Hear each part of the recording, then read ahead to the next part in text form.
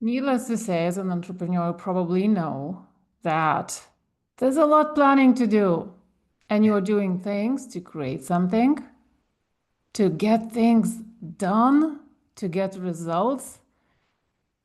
But what if?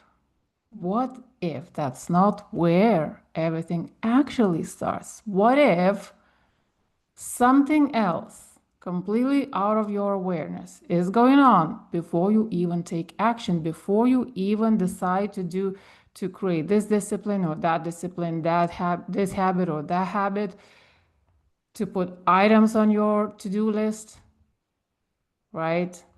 Mhm. This is the topic for this episode. And I'm super excited because this is gonna be the first time I think I'm talking about this one thing we're gonna mention in this episode. And welcome to the new episode on From Grind to Grace. My name is Edita, and this is the show for the alternative entrepreneur, the entrepreneur who is ready to flip the script, challenge the norms, and choose freedom first. When freedom is not a destination, when freedom is the path.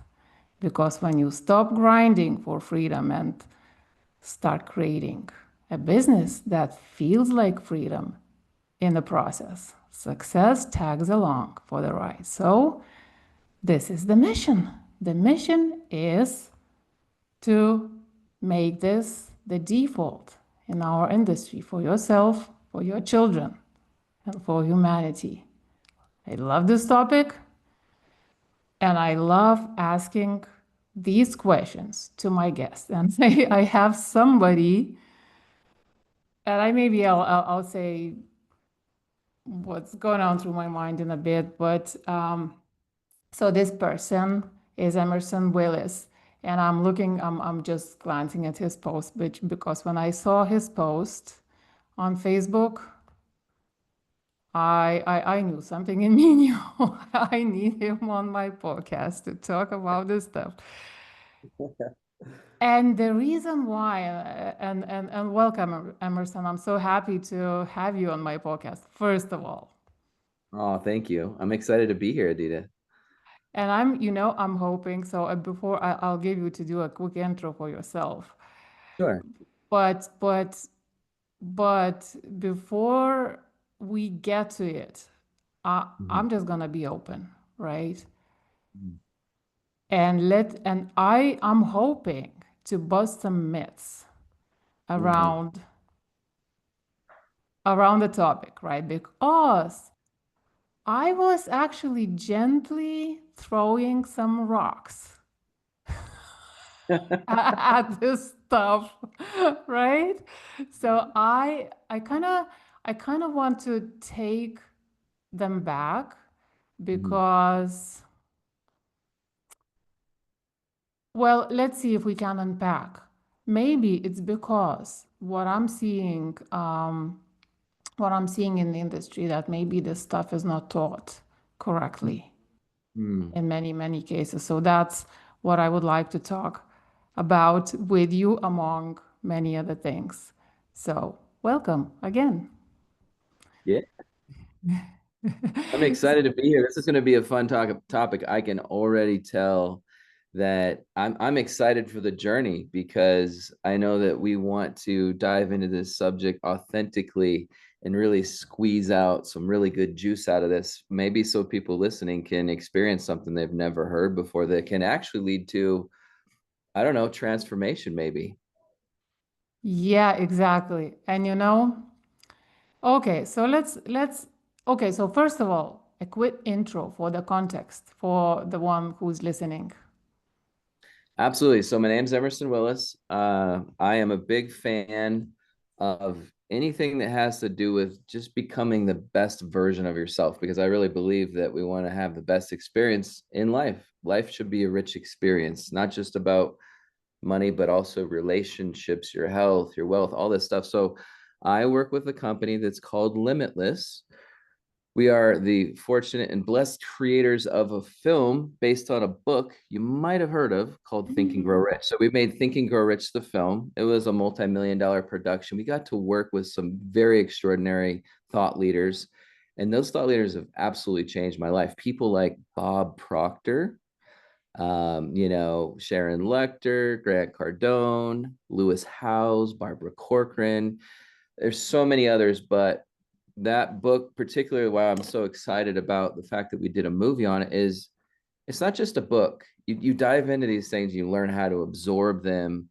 And a lot of times we glaze over those things, but if you actually really learn what's being said there, you can, once you really figure out the secret, you can pretty much do anything or have anything you want in life. That sounds like a big thing to say. Mhm. So we're really excited about we're in the process of creating a mission right now to bring this material to the masses, into Mhm. places where, because you don't get taught this stuff in school. So we also worked with Bob and we filmed him for 3 days straight, 14 hours a day, full blown movie crew, hundreds of thousands of dollars production, which isn't the main point, but it's what we extracted from Bob Proctor. He studied this material for 60 plus years of his life, Mhm. every single day of his life. And so when I listen to that man speak, you're tapping into a lifetime of dedicated experience, Mhm. and there's just a never-ending well of opportunity to grow. So anyways, we're creating a movement. We're getting ready to start our Live in the Legacy weekly program where we'll interview top thought leaders, and we'll probably have Adita on there as well. So you'll have to come hang out with us. But we have some pretty big hitters coming up, and our goal is just to help people experience true transformation. There's so much information out there. And Adita, I know you told me one time, actually, you were the one that said it. What we need is not more information, but what we need is actual transformation. Mhm. That's So it. that's a little bit of a starting point. I have a lot of other things I could talk about, but Yeah, when we talk about impact, and it's so interesting, right? So I'm in marketing and sales. And hmm so I've been actually exploring what delivers the most value to the marketplace because you get rewarded in direct proportion to the value you deliver to the marketplace. That's the law, right? hmm So a lot of people are pushing information, hmm which is why they're not creating enough value in the marketplace. hmm So that's that. The second question is, so what is the secret? What is the secret? Well, if you were to, this is a great question, and it's the best question you can ask. But here's the thing: I heard it from Bob, and I'm going to repeat it as he said it. He goes, "If I tell you the secret, you're not going to go looking for it, and you won't actually find it." So the thing is so when somebody goes, "What's the secret of Think and Grow Rich?" I'm not going to tell you because you won't go looking for it. But if you find it, and when you find it, you can literally have anything you want in Love life. it. I I can't share that secret. and everybody reads the book. So what's the Yeah, secret? What's the secret? What's the secret? Okay, I'm done with the book. So what is the secret? keep looking. Yeah. Keep looking. Yep. Yep. So listen, so the book, Yeah. Think and Grow Rich, right? I read hmm it. Yeah. It didn't help me. It didn't help you. Not at all. You didn't find anything in there. Was there Okay, anything so that's let's get to the juice of it. And I'm going to explain yeah, myself, okay? Okay, sure. so I guess it depends on the starting point. I guess it depends on, I don't know what it depends on. Well, a lot of things that I explore on this podcast is the energy, the frequency, those kind of things. And what I found, and so maybe so what I found about a lot of teaching, and obviously we know that our industry is overloaded with coaches teaching whatever. They read one book and they are teaching the thing and whatever. I don't know. But the thing is that it's many of those teachings are so surface level. And I think something is not clicking for people. And what I've learned, so I've been studying this, right? So and the reason why this is not working for a lot of people, because this people are giving information that is digested or is reaching them through their cognitive, mechanism. hmm And it's not necessarily reaching the subconscious, what is programmed in their body and their subconscious and which is why not only is there no change in many cases, but it's a negative in many cases. There's Mm, negative change. So I would love for you to speak on this very point, how to even start learning from Think and Grow Rich mhm. and the whole thing, in terms of the law of attraction. Mm. The law of attraction. I love that mechanism because keyword law, it's just a law. Like whether you believe in it or not, it exists without you needing to approve of it or anything. So the idea of the law of attraction, I think sometimes uh people kind of think or treat the law of attraction kind of like a wish list to the universe. They're like, hey, but the universe isn't Amazon Prime in this case.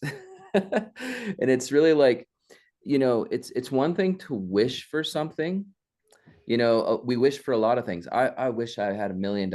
I wish I could find the, girl of my dreams or whatever. But wishing is a starting point, but it has to go beyond wishing, because wishing doesn't necessarily get the delivery truck out so that that package shows up on your front doorstep. And I think what it is it's really it's about who you become when you're holding this vision, when you really want something. You know what I'm talking about? When you really want something so bad that it actually, you almost have a certain level of almost obsession, like and that's what, Think and Grow Rich would talk about, is the burning desire, when you're like, Mhm. I not only want it, but I will literally do anything it takes to get it. I can see it, smell it, hear it, feel it. And all of a sudden you become, and when you become emotionally charged, a lot of, like, here's one thing I want to share on this, and we could dive deeper on this, but thoughts, right? We think a lot of things. I don't know how many thoughts we have a day. It's a lot, tens of thousands, I think. But Tens of thousands, they are counting. I can't remember, but scientists have counted how many yeah, thoughts we have here. it's wild when you think about it. But the thing is, your thoughts are very important. And even if you, let's just use the number 40,000. I think it is something like 40,000 Mhm. thoughts a day. If we think something really positive, like 5 or 10 times out of 40,000 thoughts, it's not a lot of percentage of your thinking. So you might be like, oh, I want this thing so bad, but then you move on with the rest of your day. And the question is what is your thinking looking like throughout the day? Is it really in alignment with your desire and your wants, or is it limited beliefs? Is it like, so what I want to get into is this. So your thoughts, they're kind of like a signal that you're sending out. Like a thought without any emotion attached to it is a very weak signal. It's not really connected to the Mhm. Wi-Fi. It's kind of just, it's there. It's a thought. Many times over, it can start to become more. But when you charge a thought emotionally, when you emotionally connect that thought with emotions, your signal amplifies immediately. It goes out. And what happens is that shoots out, we'll say, into the universe for now. And it actually comes back into your subconscious mind. And you're giving your subconscious mind a directive. You're saying, I want you to go to work on this thing I'm thinking about emotionally. And that can be really good, but it can also be really bad. Because if you have thoughts that are emotionally charged, your subconscious mind does not know the difference between right and wrong, up or down, good or bad. It will literally receive whatever directive you give it. And so it's going to go to work on that. So the question is what thoughts are we emotionally charging? Because those are the ones with the most signal. And so when your subconscious mind keeps receiving Mhm. these thoughts, it's going to go to work on that. And so that's where people would call it manifestation starts to happen. So we really want to be aware of which thoughts we're having and which thoughts we're charging. And if you really want something, let's say law of attraction, if you really want something to happen, you want to keep giving that thought over and over lots of emotion, which actually naturally happens if you really, really want it bad enough. If you really have a burning desire, right? I feel like the emotions will naturally kick in.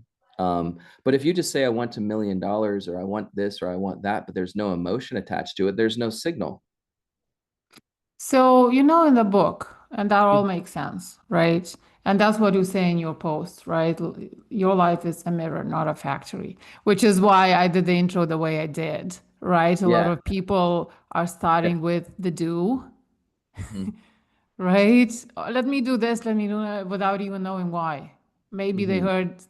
heard it somewhere. Well, you should be doing this or should be Hmm. doing that, whatever, you know. So, and it's hard. First of all, it's much harder that way, isn't it?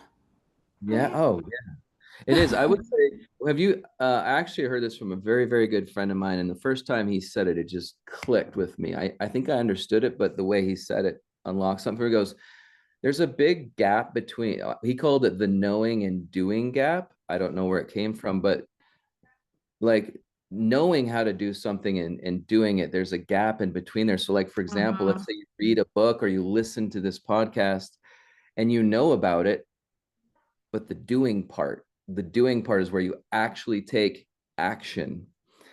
And the reason you're probably not taking action, going back to my previous thoughts, are you're probably not sending the right signal to your subconscious mind. Because if you send the right signal to your subconscious mind, it will start making adjustments and doing little mini actions, which will Mhm. lead to more actions, which will lead to a doing part. If you're not doing, Yeah, if you're not doing, there's something missing. exactly. I mean, that explains why all of us probably, we know one thing and we do another Yeah. all the time. That's so real. And I think it's important to realize even people who study this, like myself, I'm around this all the time. I know you are as well. We are human beings and our minds are really powerful and we're surrounded by circumstances, right? And sometimes less than desirable circumstances. Right? Well, Like how quite does often. yeah, and how does that affect your thoughts? So how do we respond to our circumstances, you know, thinking Yeah. wise? And Yeah, so listen, there's a statement in the book, right? The book, mhm, according to the book, like you have a you put a statement together which includes your goal, you know, things, and then you read it every morning and every night. mhm, And I was doing that mhm. and it wasn't working. More than that, right? Mhm. And obviously, well, then I unpacked why with my research and certain revelations and getting into subconscious and programming and spiritual stuff, uh, that it was actually probably causing harm. And I could feel it when I found out that it could manifesting or saying statements like that Mhm. to yourself, can cause. I remembered, yeah, it didn't feel right. I was reading it. But it was like, performative. It didn't feel real. I was not connected. There was no connection. It wasn't resonating. So Mm. what was going on? Do you know? Do you study this thing? Yeah, actually, it's a very common situation, and sometimes when you do something new that you haven't experienced, I've heard. I'll give you an example of just from a story I've heard. I feel like stories sometimes have a lot of information in them. So, Totally. what typically happens when someone we'll call it your definite chief aim is what that statement is, and sometimes I don't know, and I'm not saying this was your case, but sometimes people really need to sit down and really ask themselves what they really want. Maybe they're putting something into that they're actually not emotionally connected to, right? And I've dealt with this even with my wife. She was like, Emerson, I don't understand this. I don't know what I want. And it's a weird feeling to go, I don't Mm. really know what I want. And so if you're at that stage, we really want to dig deep before we make this definite chief Mm. aim. But so what I would say is I would ask myself some questions and really sit down and meditate on it for a while. And if you don't have an answer, don't force it. But like questions like, what do you truly want in life without limitations? If you knew you could ask for it and you would get it, what would you? Mm. So that would be like maybe question number one. Question number two, I'd probably say, have you ever, like, this is another kind of perspective. Have you ever held back from a goal because of like doubt? Like, what was the doubt? You know what I mean? Like, is there something kind of like, sitting in there? And then another question I would say is, if you fully believed in yourself, what's one bold move you'd make today? But what I want to do is, like, when you start getting into this definite chief aim, they have you say it. It sounds kind of ridiculous. I want you to say this statement. Once you get the statement organized where it resonates with you, you're like, okay, I like that. That's definitely like, I would be okay if that happened. You know what I mean? Like, that's what I want out of life. Now, when you start reading this statement, you're going to feel ridiculous at first. You might even feel like, I just feel silly for saying this. But then what happens is, through repetition, your subconscious, you really want to emotionally charge it if you can. That can be hard when you feel ridiculous, because you're not going to get what you want. You're going to get what you believe. So we have to move from wanting it to believing it to knowing it. So as we say it, what will happen? And there's a process. So in the beginning, you're going to feel ridiculous. And then it'll start to shift to, maybe this actually might happen. Like, I'm actually kind of starting to feel better about this. And then the next phase is when you go from, I think this could happen, to going, in a strange way, I actually know this is going to happen. I have no I just know doubt. it. Mm. Yeah. And it's a weird thing to say, because have you ever talked to someone that was so sure about their dream? They're like, I don't believe it's going to happen. I know it's exactly where I'm heading. And it's so infectious, isn't it? You Yeah. you get Yeah. charged by just by listening to something like that. Yeah. And when you hear I've heard your definite, we'll call it the definite chief aim. It can definitely be very frustrating, especially if you don't have like the discipline of doing it every way. So that they're inside the book, if you follow it to a T, it absolutely does work. But here's the kicker: if you believe it doesn't, it won't. Mm-hmm. So like Henry Ford said, if you think you can or you think you can't, you're right, because you're Yeah. actually instilling in your subconscious mind, this isn't going to work. Okay, so let's say I do not believe it, but I still want to manifest things. Okay. What do I do? What That's do a I do really, to believe it? yeah, that's a really good point, because you have the gap, right? You're like, oh, because until so let's go back, let's back up on this. So the thing is, when you start, you're not going to get how do I put this? You're actually putting in order. Remember when we went back to the beginning, your thoughts and your emotions. So you want something, just like a little kid goes, I want this toy for Christmas, or I want it to be sunny out and it's raining. Wanting is not enough. And so if we're addressing the belief part, this is where we need to start using the laws to work for us, not against us. So every time we charge a thought that says, I don't think this can happen, we need to at least identify it, because if we keep repeating that belief, we are literally giving a message to our subconscious mind that says, I want you to go to work on making sure this doesn't happen. Mm, And do you see what I'm saying? It's almost like you're putting in an order, like when you order something at a restaurant or at Amazon, your thoughts are like signals that say, this is what I want. It's tricky. So how do you do it? Okay, here's the actual components.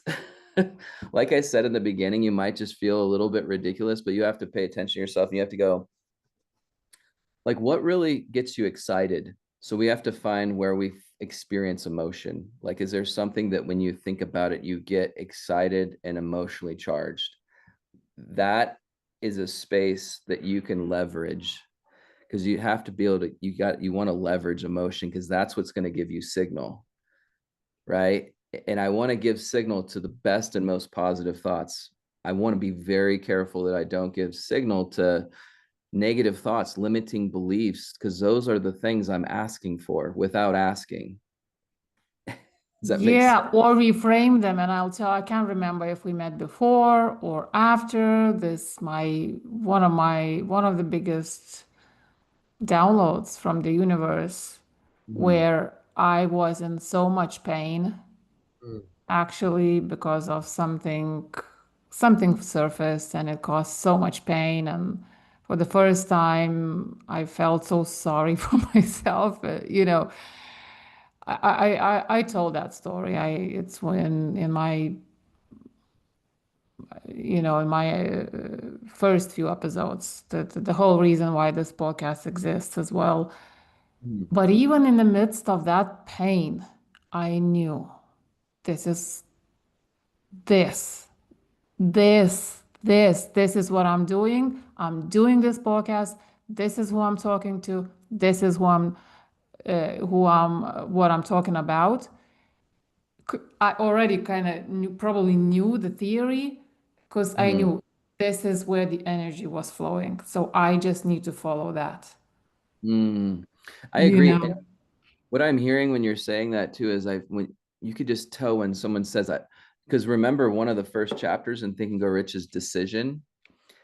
You were committing to a decision. That was a committed decision. Like sometimes people are wishy-washy, but I could tell like there was something emotional beneath that. We were like, I am doing this. I'm getting goosebumps right now. I don't know why. Like, and also just that, and correct me if I'm wrong, that decision is almost, it's not like it's logical or cognitive. That's right. That's an internal decision somehow, right? Yeah, and when you get goosebumps, I call that nature's tuning fork. So that means something's really special. And yeah, they in the book they talk, and I'm tying that principle in, is decision is a really critical part of life because a lot of people that are in a form of, we'll call it indecision, they're literally paralyzed. And what they said in the book was the most successful people in the world consistently across the board have one thing in common, and that is that they're able to make decisions very quickly and they change them very slowly. Now, Mm-hmm. I don't want that to discourage people, but the thing is people who are unsuccessful typically have a pattern of not being able to commit or make a decision, which is what keeps them stuck. And when your decision is backed by confidence and you just go, I'm doing this, and you do it, By that's knowingness, by that internal knowingness, it doesn't come from what someone else told you to decide, what someone else told you your goal needs to be, Mhm. and it really is an internal thing. And in that moment, there was so much pain. I knew it. I just knew it. This is it. This is it. And obviously, things needed to. Yeah, right. That's the other point, right? Things need to integrate. Okay, I knew it. I started doing it. And then things were kind of like, oh, okay, yeah, I'm not sure. I know I need to find words about it, blah, blah, blah, those kind of things. So, what is that? What can you explain about that? Well, I would say you're making me, it's funny, like this material just is permeating in my mind right now. So several things happen. When we talk about pain, I I immediately think about adversity, the word adversity. I think of trial, I think of challenge, experience, whatever's happening. It could be anybody could be in some sort of adversity, right? Now, one of my favorite lines, and I'll connect this, one of my favorite pieces that stuck with me and has carried me through the hardest times is this one line, is this: every adversity comes with a seed of equal or greater opportunity. Now, this is an interesting statement and it packs a lot. And it's like a seed packs a lot. A seed can literally turn from an acorn into an oak tree. So when you think of a seed of equal or greater opportunity, when you actually give that message to your mind, the moment that you experience any adversity, you're looking at the world totally differently. And it could be Mhm. the worst adversity. It could be like a legitimately bad situation. It could be a lot of things. And but it seems strange because there's a law here. When you start to look at adversity as an opportunity, the world flips inside out for you. Yes, you're still going to have to go through it, grow through it, and all that stuff, but you will actually become so much stronger because there's different levels of consciousness I believe we could be in. And I think one of the lowest levels of consciousness we can be in is victim consciousness. That means the world is happening to me, not for me. Yeah. That's a hard place to be, but I'm pretty sure probably darn near anybody who hears this will has been there before, including myself. There's I think sometimes, most people are. Well, that's the thing. I think most people are. Entrepreneurs are usually, well, I'm speaking about the society. Yeah. the entirety of the society. Entrepreneurs learn to get out of that victimhood Mhm. for the most part. For the most part. Well, I think that they figure out, here's the thing. They want what they want so bad. They have a burning desire that there is no other choice but to get out of it. Because if Yeah. you continue to stay within victimhood, you're going to be paralyzed. You're going to continue to manifest negative things, and it's a spiral downhill. So if you find yourself in a victim mind, and you could actually legitimately be a victim of something. Let's say somebody did something terrible to you. That's legitimately you're a victim, but your mindset is another story. And so you have to be very careful when you're in that lower level of consciousness. It's a very dangerous place to be. You want to figure out, you got to get on the elevator and go up because, I think you just process it, and we're allowed to be emotional as human beings. Process it, but just realize that those emotions are charging your thoughts. Remember, going back to law of attraction, Yeah. very careful with what thoughts you put out into the universe because those will lead to actions and those will create your reality. Yeah, and I think part of that, that piece where people still stay in the victimhood is when they know, but they are Mm-hmm. not necessarily, they haven't necessarily integrated that into how they operate, Mm-hmm. in life and business, and there's still subconscious, reaction to things that way. Mm-hmm. That's what I'm thinking. So, but obviously, the awareness of it, and that's Mm-hmm. where I get tripped as well, I guess. And let's talk about this as well. Sure, sure. So, okay, so there's awareness, right? Okay, negative thoughts, pain, adversity, things like that. Now I know I need to react to those things differently. I want to react to those things differently. Mm-hmm. Or let's say I want something, but I keep, let's say, doubting. Like, let's say I decide, I don't know, create seven-figure business, for example. But I was like, "Huh?" And so I find myself in some level of resistance. And Mm-hmm. now I beat myself up. I shouldn't be thinking those thoughts. I shouldn't be, doing this to On myself. me. Yeah, shame on me. You know what? One of the biggest things. Okay, so we have another movie coming out, by the way, called Mom's Rising. And I've had the privilege to Are you interview. serious? I'm not kidding. Yeah, so we got to talk And about that. I'll explain it to you later why I'm reacting to it that way. Well, because I'm like, okay, cool. Well, I want to share with you. So I've had the privilege and honor to interview so many incredible mothers on this planet, and the stories are riveting. And one of the things that I heard the most that seems to be a big issue or challenge with not only mothers, but women, but humans is I'm not enough. That statement, Yeah, not enough. yeah. And so, and for mothers particularly, the reason why that's a big one is because, especially a single mother, so you have a mom who's trying to be everything to everybody, raise a kid, run a business, become the superhero, and you know what, it's never enough is what the pattern is. I'm never enough. I can't do this, I can't do that. Even if you are doing it, that's the thought that keeps you After hooked. after this recording, you need to go to my Facebook and check out my today's post. Okay. Sounds like we have some synergy here. Like it's funny when I've been having a lot of, speaking of law of attraction, you'll realize when you really start tapping into this, doors will open left and right, and it'll almost seem like the world is unfolding things to you, which seems very strange to people, but it's because there are laws. It's so And hard to believe until it happens. Oh my God, I told you about our holidays and everything. We didn't have plans and everything. Beautifully actually unfolded. And mhm. I told you, one of the most refreshing holidays ever. It's so beautiful when you give, I keep saying the universe, however you want to look at it, but when you give the world the opportunity to respond back to your positive thinking, and you really give it a chance to say, I'm going to believe in this, I'm going to keep believing. I know it sounds ridiculous, just keep doing it, you'd be surprised what falls in your lap, what doors open. I mean, I had a situation where we were snowboarding in Breckenridge, Colorado. I have a video on my Facebook page. You can literally see it. You know, nowadays with our cars, we have these little key fobs, right? Well, I had put it in my pocket and I didn't zip my pocket. And it was a day where there was like 19 inches of powder. It was the craziest powder day. Well, we got off the lift, sit down, put my bindings on, go down the mountain. My keys had fallen out of my pocket in lots of powder.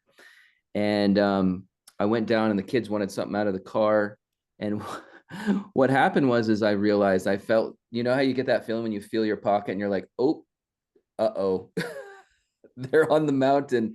I was like, you know what though? I immediately said, my wife was worried. My kids were like, oh my gosh, they were looking at me. And I said, you know what, guys? We're going to find the keys. I already know it. I don't know how, but it's going to happen. And guess what? I just stayed calm. I was like, it's going to work out. You guys sit here. I'm going to go back on the mountain right where we were, and I'm going to go find the keys right now. I go get in line for the lift, and I'm just in a good mood. And I talked to the lift instructor, and they're like, hey, how's your day going? I said, you guys wouldn't happen to have seen any keys? They go, oh yeah, someone just said that they have them. They're over there. And I'm like, fantastic.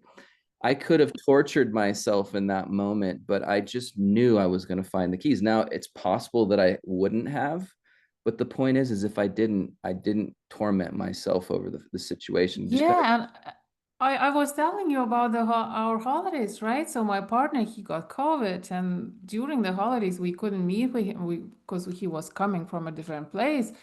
yeah. We were supposed to meet with him and do the holidays together, and then he gets COVID and we can't meet, and everything is delayed by 7 or 8 days, right? So and then, like, right, you could be sitting there and like biting your nails, and I was like, oh my God, now everything is ruined. You know what? I decided to freaking relax. Yep. Relax, do what we do. Things will happen when they happen. And guess what? It was, like I said, It was we beautiful. don't even think about that COVID. If we forgot about it, it didn't happen, you know? Yeah, yes, yeah. So, so.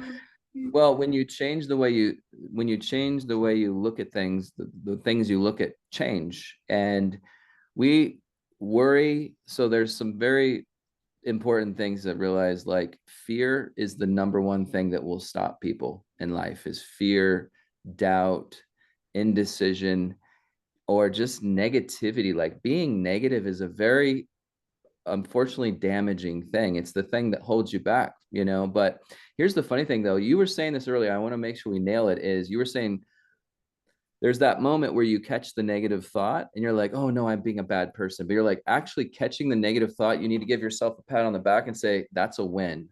That's actually a win. But Yeah. most people panic when they notice, and they're like, oh no, I'm manifesting bad things. Stop it. Yeah, yeah, yeah, yeah. And you're like, no, no, no.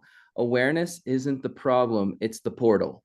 So awareness is That's it. the Beautiful. beginning. And now what's cool is you can't shift what you don't notice. So you can't there's Mhm. a book by Napoleon Hill called Outwitting the Devil, which I highly recommend everybody read. I actually think you should start with that book before Think and Grow Rich, by the way. Right. But he says you cannot outwit an enemy if you do not know its name, its abode, and the way that it operates. So if the enemy in this situation is negative thoughts, you got to be familiar with it. You can't fight something you don't know. So you can't shift what you don't notice. So the moment you become aware of a negative thought, that's not failure.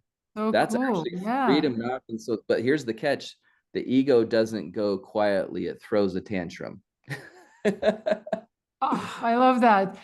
And well, and then the another piece of information, I guess, to add to this. So this is so cool what you just said.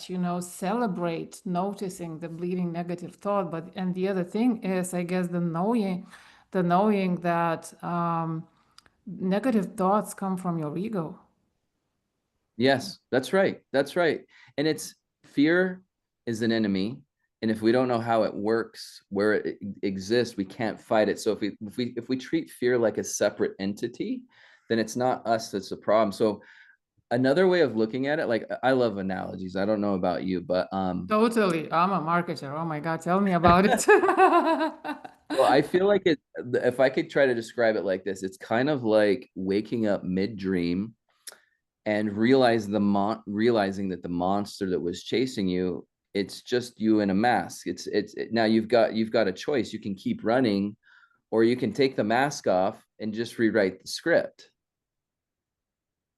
you know? Yeah, So and when I say rewrite a script, like from a team that does movies and stuff, if you think about this, every single person is technically really inside of, we'll call it a film. And no, life is real. I'm not trying to take that away, but you are the screenwriter, you are the actor, the director, and the producer all at once. So if you do not like the way the current scene is going, you can go, cut, I'm rewriting this. And you know what? Delete that scene, throw it in the trash. I want it to look like this. This is the new script. We're changing everything up. So like you can do that in your life. It's script writing. It's like, I don't, if someone's not happy with their situation, rewrite the script, change it, because you're the one in it, right? It's your movie. totally. Totally. Yeah, absolutely. Yeah, so just to drive everything back to entrepreneurship and growing a Yes. business and creating Yeah. a business. And I talk a lot about creating your business from the place of freedom. Mm, Not only because it's much easier that way, but also it works better that way and brings better results, right? So, how do we, what we just talked about, how do we integrate that into the business? how do we integrate that? That's a You really know, good the question. unfold, and I mean, I guess the unfolding, the letting things, letting go and letting things to unfold, and those kind of that kind of aspect. Yeah, I really think this is where everything really comes to life, actually. Honestly, like whether we're talking about law of attraction, decision, pain, awareness, breaking through old patterns. We can kind of hit the maximum voltage here when we're building a business, right? Because some of us here are building businesses, we got entrepreneurship going on. But I think that the thing is like building a business isn't just like a strategy game. I feel like it's really like it's almost like a spiritual initiation disguised as an LLC. An initiation, it's like every time you try to build from freedom, you're forced to face everything inside you that still feels stuck, scared, or small. And your thoughts, your habits, your emotional set points, they all get exposed. So that's why it's not for the faint of heart. But its thing is Mhm. but that they're not there to punish you. They're actually there to prepare you, because success cannot flow through a clogged channel, you That's know? it. Yes. And you know what? So one of the big revelations on my own journey and my own exploration of, what it means to become the person who can do the thing to have the thing, Hmm. I realized, and tell me how actually, what's your perception that a lot of personal development stuff in the industry has been, and it's been shifting, right? But and you mentioned the word spiritual as well, which I love and appreciate because this is where I'm going with this. So Yeah. a lot of the be part in the be do have Mhm. equation is still behavioral. It's still about how to do things, how to push through, how to force, how to discipline yourself. But that's not what we are talking about, right? No, no, it's very internalized, and that's one of the things I do love about Think and Grow Rich. It actually, Bob Proctor probably helped me get a lot of the stuff. He studied it every day of his life, adult life, for like 60 years. One of the things you'll see with Bob is he's a very spiritual man, And he says some things where you go, you're tapping into a whole new place. And of course, in the book, they talk about infinite intelligence. Some people believe that's God, it's some sort of other thing. But I see what you're meaning, saying a lot of personal development stuff it's behavioral. It's like, hey, do this, and then you'll get that, right? It's like very like mathematical You almost. need to be a person who does this thing, who like almost like rejects the fear and shoots those outreach messages anyway. But Hmm. I think we're not talking about, I mean, in some cases it is overcoming fear, but what I like better, and okay, where does this sit, what we're talking about in this context? What I like better, actually dissolving the fear.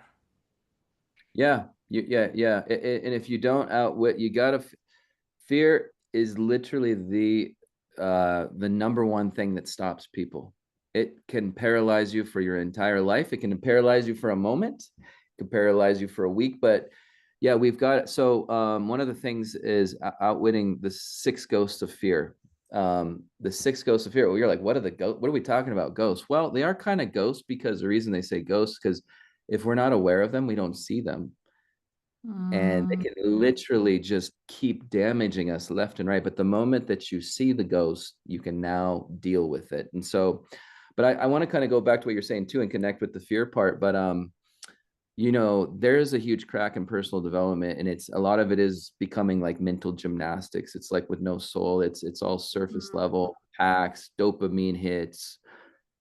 It's like productivity porn or something. It's like no deep spiritual alignment. And the thing about it is, so I feel like a lot of it's lost its roots and it's obsessed with mindset because it's missing the spirit behind that. But yeah, when it comes, we don't necessarily need more morning routines or all this stuff. We need alignment with purpose and not just performance. But Bob Proctor, he always said, you're a spiritual being living in a physical body with an intellectual mind. But the personal growth world has it's flipped it all the other way. Now it's all intellect, very little soul. So if you disconnect from your spiritual nature, you're just using your conscious mind to rearrange the furniture on basically a sinking ship, the Titanic. Yeah. Yeah. Yeah, I mean, that is cool.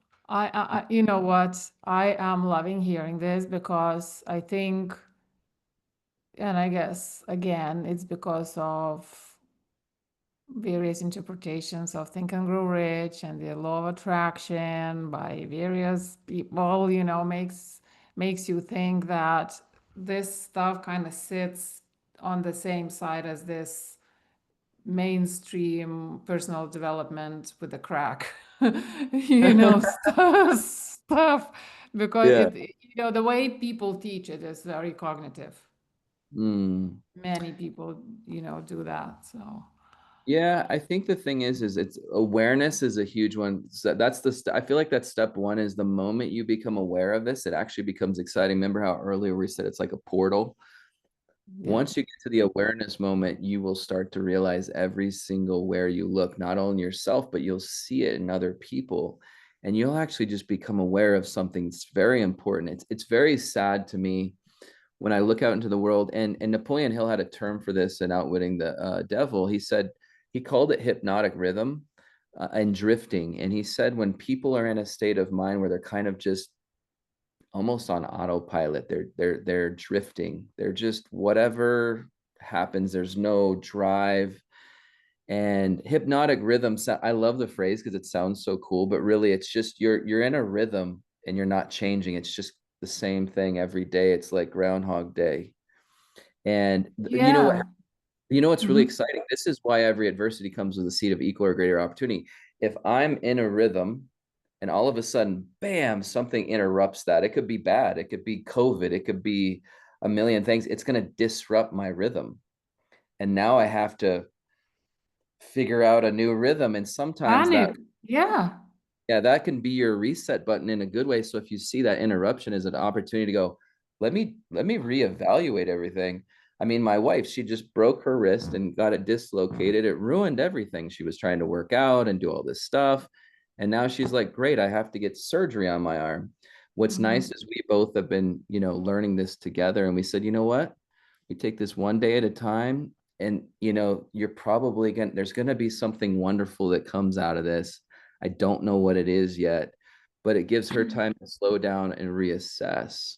But hypnotic rhythm is a terrible place to be in. And Napoleon Hill called it drifting. It's just you're not questioning anything. So I go back to awareness. We should be doing inventory and go, where am I at right now? Like, how am I doing? So it's I'll tell you what, it's not, personal development shouldn't really be a destination. It's like a plant. It's just growing. Like every day you want to becoming a better version of yourself, constantly reinventing yourself, Yeah. constantly reaching And for, yeah. yeah, totally. That discipline thing is such a popular thing. And I like recently I've been saying it's not about strict discipline, it's about devotion. And I mean, discipline helps to an extent, right? Mhm. Um, but then, so the one thing is the confusion when you get interrupted, and a lot of entrepreneurs they get attached. I need to create momentum. I need to keep it going. I can't be interrupted. I don't need. I shouldn't have any holidays. I shouldn't do any family events. Blah blah blah. Everything is gonna go out the window, And I was in that place myself for quite a while. I didn't know anything different, in the first years of my journey. But now, like during these holidays, I'm still in that energy of things unfolding. And we came back with my daughter 2 days ago, so it's Wednesday, isn't it? And so on Monday we came back, and I'm still, and I have in my calendar, I have these 2 hours every morning blocked, which I Mhm. call monk mode, Monk right? mode, like it. Monk mode, right? Yeah. I don't want to do that. And like even in terms of, okay, let me smooth into back into my business and let's see where my heart is leading to, Mm. and let's see how I flow, and one day I can do this thing or in this order or another order. And my daughter is on holidays now as well, so it's not the same as it used to be during the school year, and it's all different. And you know what, it's okay, and I'm telling that to myself. It's like it's so cool, even though. Oh, that's beautiful. You're like remember what we were saying earlier? I feel like you're in that place of peace where, remember how I was saying a lot of times people find this place where they're going, I'm not enough, or like, I got to do all this stuff. And it's like you get into this place where it's like you're chasing a mirage that just keeps moving and moving and further away from you. And you're never satisfied. There's a guy named is it Brian? Sean Aker. Have you ever heard of Sean Aker, the guy who wrote the book, The Happiness Advantage? I don't think so. No, I'll look it Dive up. deep on that one. He actually explained how our brain works like significantly, like maybe 30% ish better when you're actually happy. So he called it the happiness advantage. Mm, And so the wild thing is we're actually performing at a lower grade when we're not happy. He says even at a neutral or a negative state, it's 30% more when you're happy. So if you're ever trying to solve a problem or get somewhere, being happy. I mean, and what is happy? It's like, what happy is, you can feel it. yeah. Happiness. And you get like, and you'll just notice, so like anytime we overload ourselves with stress and too much, we try to cram our schedule full. Like, I'm not saying don't work hard, because persistence is a real thing, but life is supposed to be a rich experience. I mean, you got to find that balance in there where you're like, what do I really, again, going back to the beginning of this, what do I really want? Why am I even doing this? Like, what's the purpose? Yeah, and well, I guess the big problem is, and Mm. again, like it's a blind spot for so many people, including coaches who are coaching these entrepreneurs. You have to set goals and stuff like that, and then when you get to this goal, then you can be happy. And that's what Win. and that's why I'm flipping the scripts on this podcast. I love it. Happy first, freedom first. However weird that might sound, No, but that's it's how it not weird. works. It's not weird. So even so, that Sean Aker guy, that wasn't just an idea.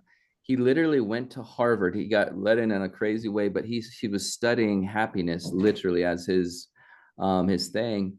scientifically proven.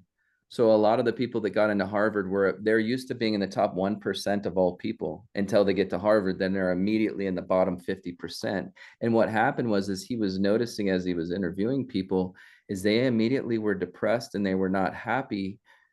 And it is happiness is for scientifically speaking, happiness has to come first. It doesn't mean, and there's a big thing, and I'll tie this into Bob Proctor. Bob Proctor says it's okay to never be satisfied, but always be grateful. There's a big Mm, difference. So like I want more, I'm hungry for more, and that so I'm not satisfied. I want more, but I'm always grateful for what I have. That means I can be happy and grateful. The satisfaction, because when you're not satisfied, the reason why that's important, there's a really fine line here. When you're not satisfied, that's when your imagination kicks in.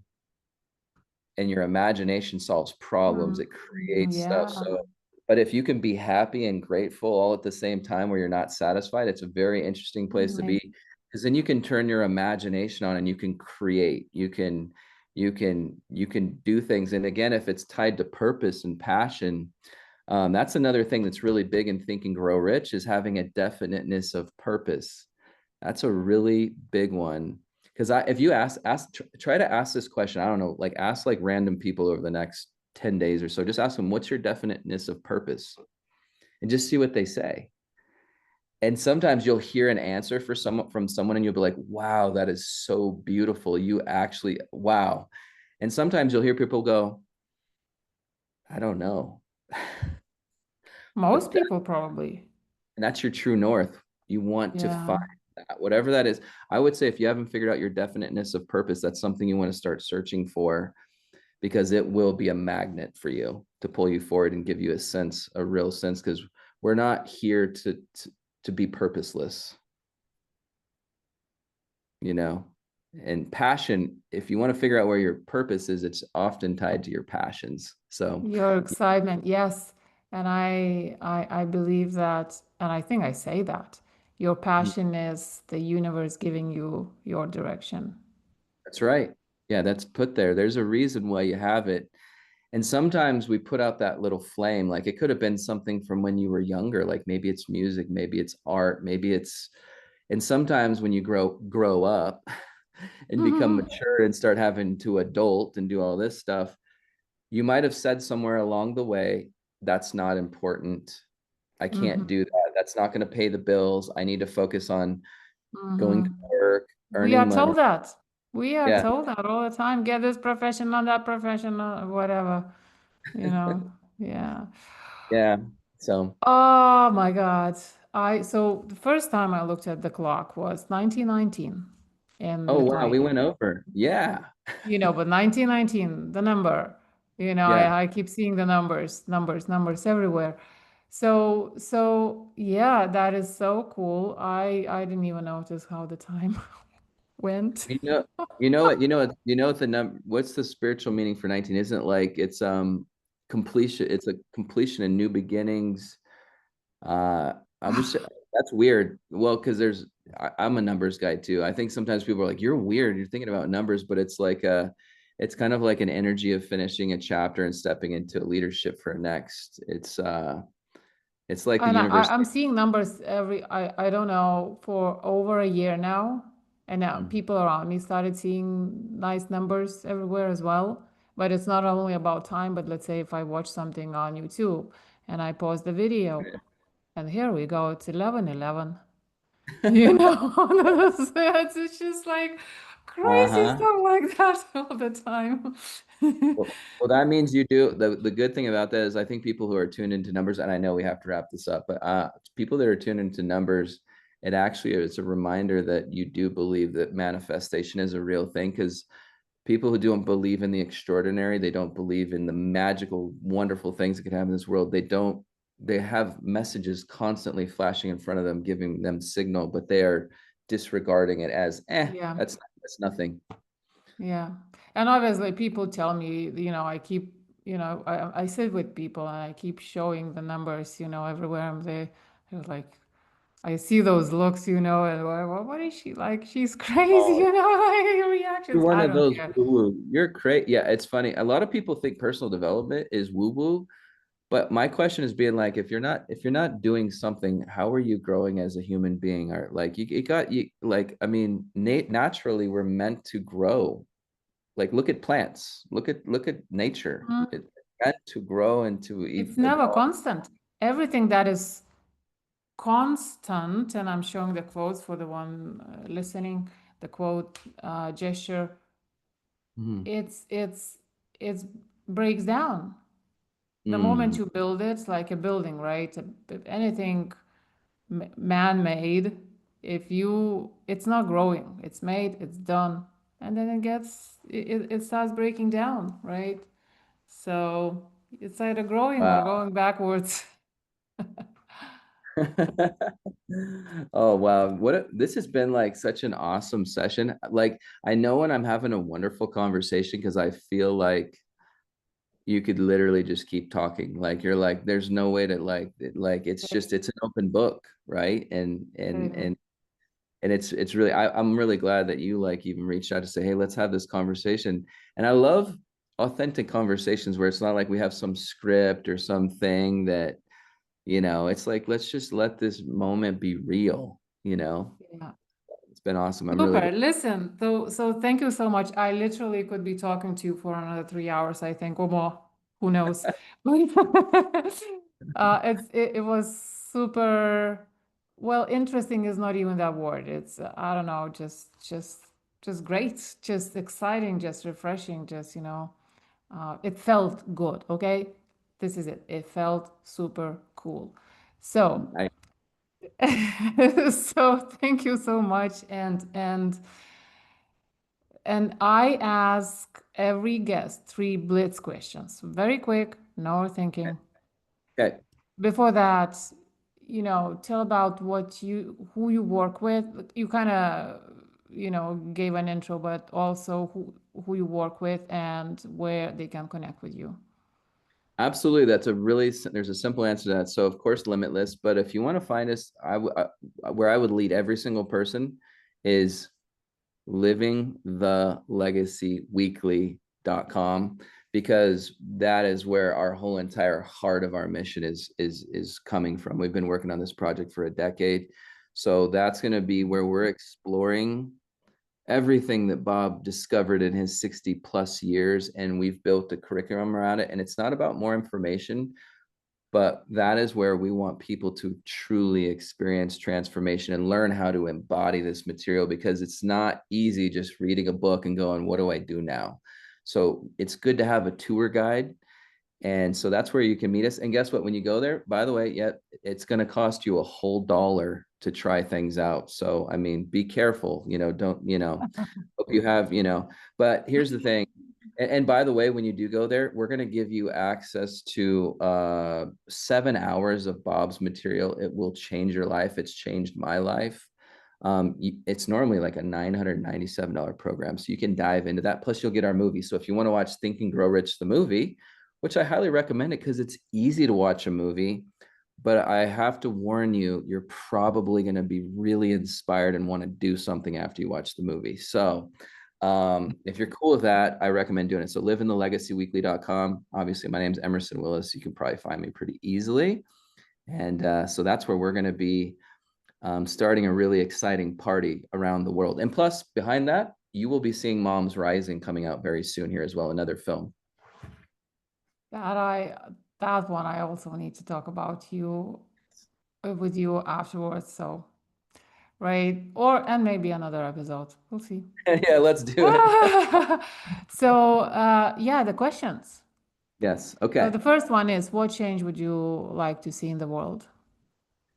Well, that actually is deeply connected to my definiteness of purpose and exactly what I was just talking about. We want to make this information that I'm so grateful to have, that's changed my life. I want everybody in the world for that to be common knowledge. I don't want this stuff to be so obscure. And I Mm. think that it's a travesty that a lot of people aren't really tapping into this powerful information until like their 30s or 40s, or even worse, at all. And so we are pushing extremely hard, and we have a lot of open doors to get this information into the younger generation. We're talking like 7 years old, like young kids, so we can actually have this be primary foundational information. Super. I love the idea of educating eventually. I mean, I don't know what's going on in the education system still. Yeah. Especially considering everything is going to be replaced with AI, all the logical, cognitive, whatever thing is going to be replaced with AI very, very soon. So what are we going to do? Like, how are people going to differentiate? So I think this is the high time to dive Mhm. into that kind of stuff. Absolutely. Yeah. Yeah.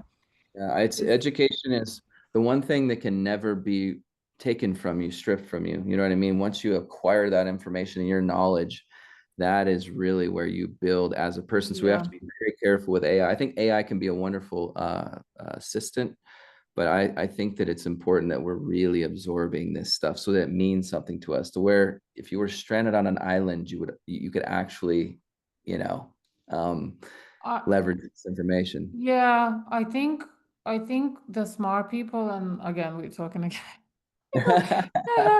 But the smart people will know, you know what, with AI, I need to really think of what makes humans human Mm. and really like dig into that. Yeah, I agree.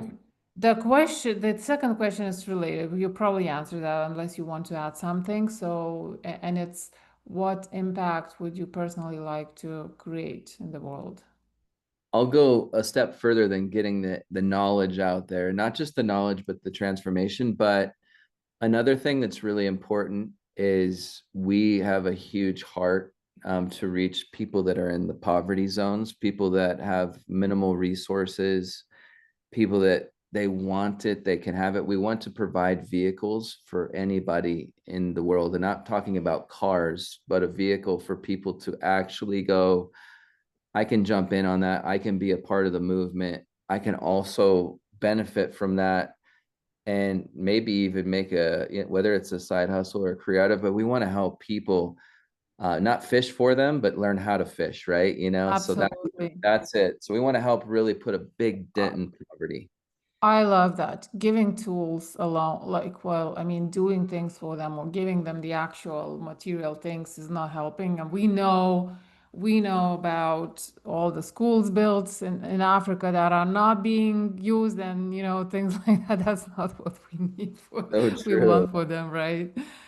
Yeah. Okay, the last one is when you hear from grind to grace, what goes through your mind? From grind to To grace. grace. From grind to grace. So I'll start with the first word. I hear from grind. And from grind, that's the hard work, that's the effort, that's all the action that is necessary for you to pursue that which you love, whatever it may be. You got to grind. But I like the second part of it because you say grace, and that gives a sense of peace to it. And I remember you said earlier freedom. It shouldn't be a burden to pursue your passions and your love and your desire. It shouldn't be a grind in the sense of like it's breaking you down. It should be building you up. And that's where it becomes grace and freedom. Yeah, I love it. Yeah, that's what it is about. Okay, thank you so much. Thank you, thank you, thank you. That was super cool, really. And the listener, I mean, I always say that. If you didn't get any value, I don't know what you what you want to hear. So follow and definitely send this to somebody who needs to hear this kind of stuff. We need to make this stuff the norm in the industry. We're doing it. I'm doing it. I'm on a mission. So, yeah, thank you for listening, and I'll talk to you next week again. Ooh, yeah.